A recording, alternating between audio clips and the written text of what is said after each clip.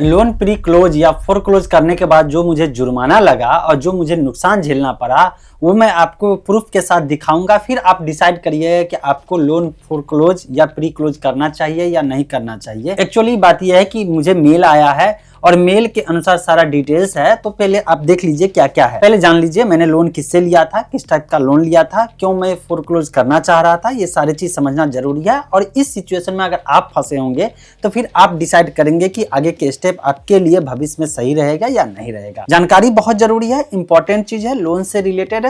अगर देखा जाए तो अभी के समय में लगभग लोगों के पास अगर पैन कार्ड का रिपोर्ट निकाला जाए तो उनके पास किसी न किसी तरह का लोन है। किसी के पास कंज्यूमर लोन है, किसी के पास क्रेडिट कार्ड लोन है, किसी के पास होम लोन है, किसी के पास लोन अगेंस्ट प्रॉपर्टी है, किसी के पास पर्सनल लोन है। अलग अलग टाइप का लोन तो है ही ना।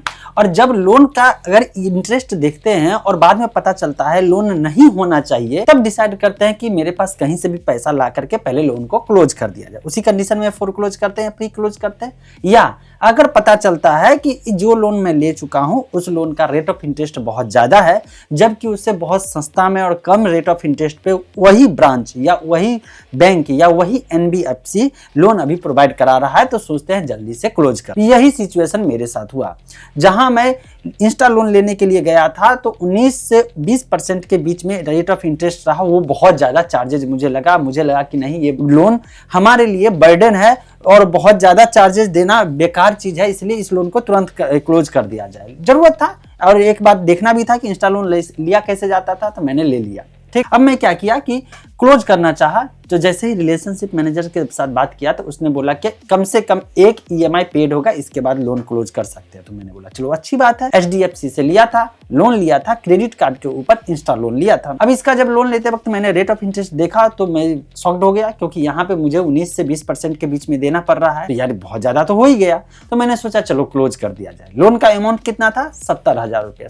अब आते हैं मेन मुद्दा पे कि अगर लोन फोर क्लोज करने जा रहे हैं तो कौन कौन से चार्जेस लगेंगे, कितना परसेंटेज चार्जेस लगता है और कितना ज्यादा डिफिकल्टी होता है। डिफिकल्टी के मामले में कोई डिफिकल्टी नहीं है। मैं एचडीएफसी के वेबसाइट पे गया और माई कार्ड में गया। कार्ड में जाने के बाद वहां पे जो लोन मुझे दिख रहा था उसको प्री क्लोज या फोर क्लोज वाला जो ऑप्शन आता है वो प्री क्लोज था, उसको मैं जैसे ही क्लिक किया हो गया, वहां पे लोन हट गया और मेरे पास मेल आ गया। मेल आया तो मेरा आउट स्टैंडिंग यहीं से खेल होता है। देखिएगा लोन आउट स्टैंडिंग अमाउंट है 69,296, 69,296 रुपए। इस पे मुझे प्री क्लोजेज चार्जेस जो देना पड़ा वो 3% देना पड़ा। 3% देने के बाद जो अमाउंट बनता है वो बनता है 2078 रुपीज 88 पैसे, है ना, 88 है। इसके बाद प्रो राटा इंटरेस्ट हो गया। अब ये अलग लगता है। ये क्या होता है प्रो राटा इंटरेस्ट? ये होता है कि जो आपका एक स्पेसिफिक टाइम पीरियड बीच में बचता है ना, उसके ऊपर जो चार्जेस लगना होता है वो रेट ऑफ इंटरेस्ट है। वो चार्जेस देना पड़ा मुझे 1108 रुपया 74 पैसा। और जीएसटी देना पड़ा मुझे कितना, कौन पे देना पड़ा? प्री क्लोजर चार्जेज और प्रो राटा इंटरेस्ट दोनों को मिला करके जो अमाउंट बना उसके ऊपर जीएसटी 573 रुपया 77 पैसा देना पड़ा। कुल मिलाकर के मेरा यहाँ पे अमाउंट बन गया 73,057 रुपया 39 पैसा। और ये कब बना?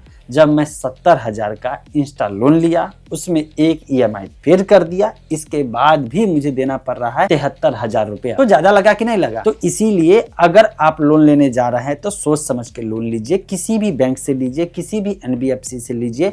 पहले देखिए कि इसका प्री क्लोजर चार्जेस कैसा है, इसका टर्म एंड कंडीशन कैसा। आंख मूंद करके वहां पे जा करके नहीं लीजिए, नहीं तो बाद में दिक्कत होगा। और मैं ये क्यों किया? क्योंकि इससे बहुत सस्ता रेट पर यही एचडीएफसी मुझे 13% के रेट पे फिर से लोन दे दिया। तो सोचने वाली बात है कि जहां मुझे 13% पे लोन मिल रहा है तो मैं वहां पे 19 या 20% लोन का रेट ऑफ इंटरेस्ट में क्यों चुका हूं। इसीलिए मैंने इसको क्लोज किया और इसके बाद उसमें उसका पैसा लेकर के इसमें भर दिया और ये मेरे लिए आसान हो गया। और यही चीज आप भी कर सकते हैं। कभी कभी ऐसा होता है कि एक बैंक ज्यादा रेट ऑफ इंटरेस्ट चार्ज कर रहा है, दूसरे बैंक से बात करिएगा तो उतना ही अमाउंट का लोन वो कम इंटरेस्ट पे आपको देगा, कहेगा कि ये पैसा लीजिए और जाकर के उस लोन को चुका दीजिए और मेरे यहाँ दीजिए। क्योंकि कमाना सब चाहता है। अब कोई मान लीजिए साल में 20% कमा रहा है और कोई कह रहा है कि मैं चलो 13% पे ही कमा लेना चाहता हूँ लेकिन कमाऊंगा, तो कोई भी चाहेगा ना कि यार देने वाला जो लोन देगा, लोन का इंटरेस्ट देगा, कंज्यूमर है, कस्टमर है, वो चाहेगा मैं 20% क्यों दूं, 13% पे काम निपटा लूं।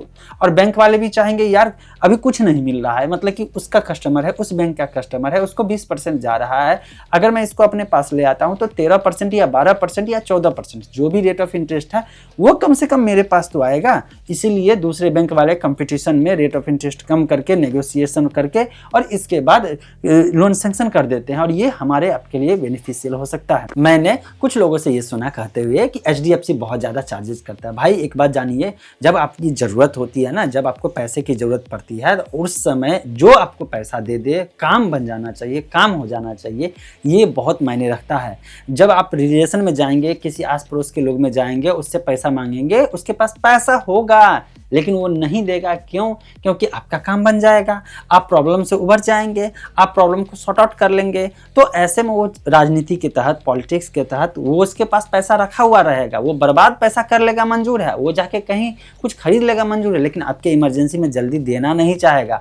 वो कहेगा जाकर के ज़मीन बेच लो, वो कहेगा कोई चीज़ गिरवी रख लो, लेकिन अगर चाहिए तो हाई रेट ऑफ इंटरेस्ट पे दो, और कभी कभी तो वो देना भी नहीं चाहता, जानबूझ के इग्नोर कर देता है। लेकिन ये सब बैंक हो गया, NBFC ऐसे समय में काम देते हैं कि इंस्टेंटली आपको पैसे की जरूरत है, उसको पैसे के नीड को पूरा कर देते हैं। शर्त यही है आपका सिविल स्कोर बढ़िया होना चाहिए, और सिविल स्कोर का मतलब होता है आपका लेन देन बढ़िया होना चाहिए।